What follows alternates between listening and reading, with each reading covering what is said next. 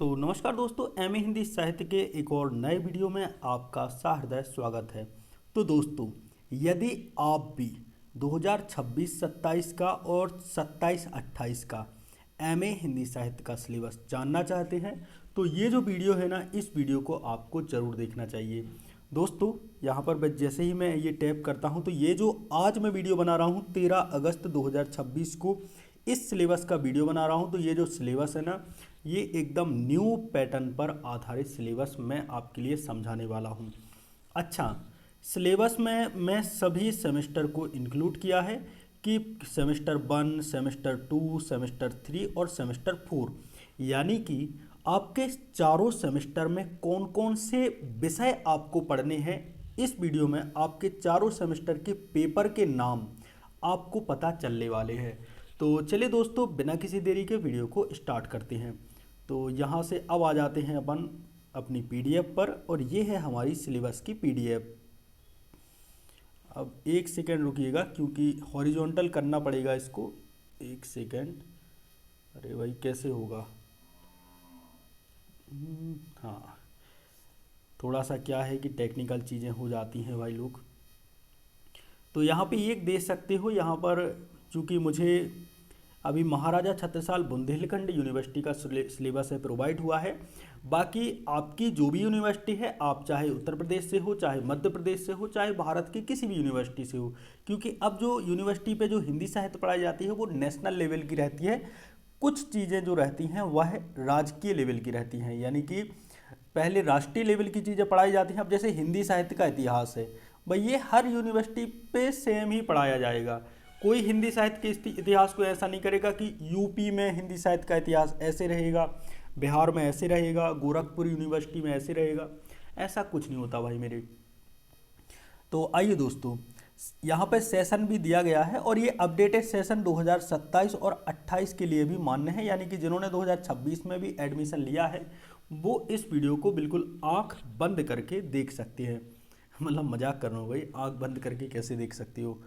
तो यहाँ पर दोस्तों, ये आपके चारों सेमेस्टर हैं, एमए हिंदी 1 से 4 सेमेस्टर ऑफ सर्क्यूलम और एंड सिलेबस एमए हिंदी। ठीक है, अंग्रेजी मेरे को ज़्यादा नहीं आती, मैं ये बोलता हूँ। और यहाँ पे दोस्तों अब ये देखना, ये आपके हिंदी साहित्य का सिलेबस है। अब यहाँ से देखो, ये है आपका एमए हिंदी फर्स्ट सेम। देखो यहाँ पे दिख रहा होगा, ये है आपका फर्स्ट सेम। और फर्स्ट सेम में आपके 4 पेपर रहते हैं, कहीं कहीं पे आप 5 भी हो गए हैं और कहीं पे 6 भी हैं। तो एक बार अपनी यूनिवर्सिटी की वेबसाइट पे जाके सिलेबस को डाउनलोड कर लेना, जो पीडीएफ है।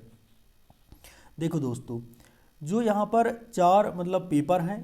अब जहाँ पे देखना, इंटरनल एग्जाम में 40 नंबर रहते हैं और मेन एग्जाम में 60 नंबर रहते हैं। अब 100 नंबर का रहता है, जब हम पढ़ते थे तो ये 50 नंबर का यहाँ पे पहला पेपर होता था, लेकिन अब 100 नंबर का कर दिया गया है। प्रश्न उतने ही है, ऐसा नहीं कि प्रश्न बदल दिए हैं भाई। अब देखना, पहले सेमेस्टर के पहले पेपर, दूसरा, तीसरा और चौथा, ये 4 पेपर हो गए। ठीक है, ये पहले सेमेस्टर के हैं। और यहाँ पर मैं एक चीज़ और आप लोगों को बता देता हूँ। सेमेस्टर 1 के पहले पेपर में आपको हिंदी साहित्य का इतिहास, कहीं पे ये क्रम बदला रहता है। और ये दूसरे पेपर में रहता है आधुनिक, प्राचीन एवं मध्यकालीन काव्य, दूसरे की जगह पहले पेपर में रहता है। लेकिन पहले सेमेस्टर में आपको यही चारों विषय पढ़ने हैं: हिंदी साहित्य का इतिहास, प्राचीन एवं मध्यकालीन काव्य, कथा साहित्य, हिंदी भाषा एवं भाषा विज्ञान। जी हाँ दोस्तों, ये चारों विषय आपको पढ़ने हैं। और यहाँ पर कितने कितने मार्क, यहाँ पे नंबर दिए गए हैं, ये सारी की सारी चीज़ें यहाँ पे है।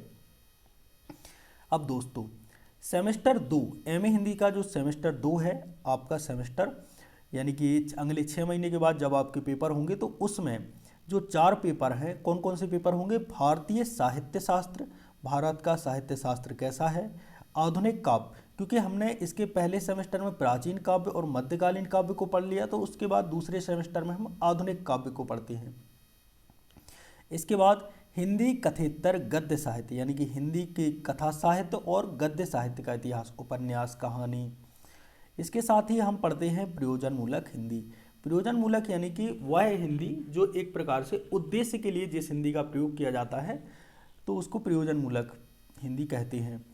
इसके बाद दोस्तों, आपका एमए हिंदी साहित्य का तीसरा सेमेस्टर है और तीसरे सेमेस्टर में कौन कौन से पेपर हैं? भारतीय साहित्य, लोक साहित्य, हिंदी नाटक एवं एकांकी, जिसमें आपको उपेंद्र नाथ अस्क को पढ़ना पड़ता है, ठीक है, हिंदी आलोचना, ये सारी की सारी चीज़ें आपके एमए हिंदी साहित्य के थर्ड सेमेस्टर में रहती हैं और ये है आपका फोर्थ सेमेस्टर का सिलेबस।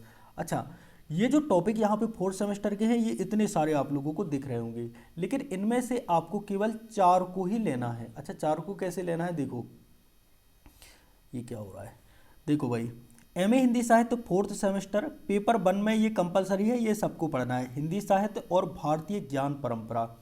पेपर 2 में अनुवाद विज्ञान, पेपर 3 में शैली विज्ञान। ये तीनों चीज़ें जो हैं ये कंपलसरी है, ये सबको करनी है। लेकिन दोस्तों यहाँ पे जो चीज़ें, यहाँ पे मुंशी प्रेमचंद दिख रहे हैं, तुलसीदास, दृश्य श्रव्य माध्यम, ये सभी चीज़ें दिखी हैं, ठीक है, दिख रही होंगी आपको। तो यहाँ पे इनमें से आपको क्या करना है ये जानना आप लोग। ये देखिए, ये आपके ऑप्शनल विषय कहलाते हैं। क्या कहलाते हैं? ऑप्शनल विषय, ठीक है। अच्छा, ऑप्शनल विषय क्या होते हैं? ये जो मैंने यहाँ पे लिखे हैं ना, ये 6 विषय, ये मध्य प्रदेश के लिए हैं, ठीक है। उत्तर प्रदेश के लिए ये जो विषय रहते हैं इनमें से आपको एक को चुनना पड़ता है और यूपी में अलग हो सकते हैं। तो यहाँ पे जिसको प्रेमचंद अच्छे लगते हैं तो वो प्रेमचंद को पढ़े, मतलब इनके पेपर पर भी मतलब पेपर दे सकता है, इनके मतलब इनके टॉपिक पर। जिनको तुलसीदास जी अच्छे लगते हैं वो तुलसीदास जी को पढ़ सकते हैं। ये मतलब दृश्य श्रव्य माध्यम, बुंदेली उसका इतिहास, प्रणामी साहित्य और लघु शोध। मेरे को प्रेमचंद जी अच्छे लगते थे तो मैंने प्रेमचंद को चुना है, मतलब चुना था। और इनका इसलिए मैंने इस अपने यूट्यूब चैनल पर इनका वीडियो भी बनाया है। और यहाँ पर दोस्तों जितने भी ये टॉपिक मैंने आपको बताए हैं एमए हिंदी साहित्य के, इनके लगभग यहाँ पे देखो चर्चों के 16 टॉपिक हो गए, ठीक है। और इनके वीडियो मैंने नहीं बनाया, तुलसीदास का नहीं बना, इनका नहीं बना, बुंदेली साहित्य ये भी नहीं, ये नहीं बनाए हैं मैंने वीडियो। अच्छा, यहाँ पे मैंने 16 में से 13 टॉपिक मतलब 13 सब्जेक्ट पर वीडियो ऑलरेडी बना चुका हूँ, ठीक है। तो आपको ये भी दिक्कत नहीं है कि एमए हिंदी साहित्य की पढ़ाई आपको कहीं और से करनी है, भाई यहीं से कर सकते हो। तुम्हारा भाई भी मतलब ठीक ठाक है, अपने ज़माने का टॉपर है लास्ट से, ठीक है। मज़े वाली बात है। अच्छा, ये आगे का सिलेबस जो रहेगा ये हम जब आपको क्रमबद्ध तरीके से पढ़ाएंगे।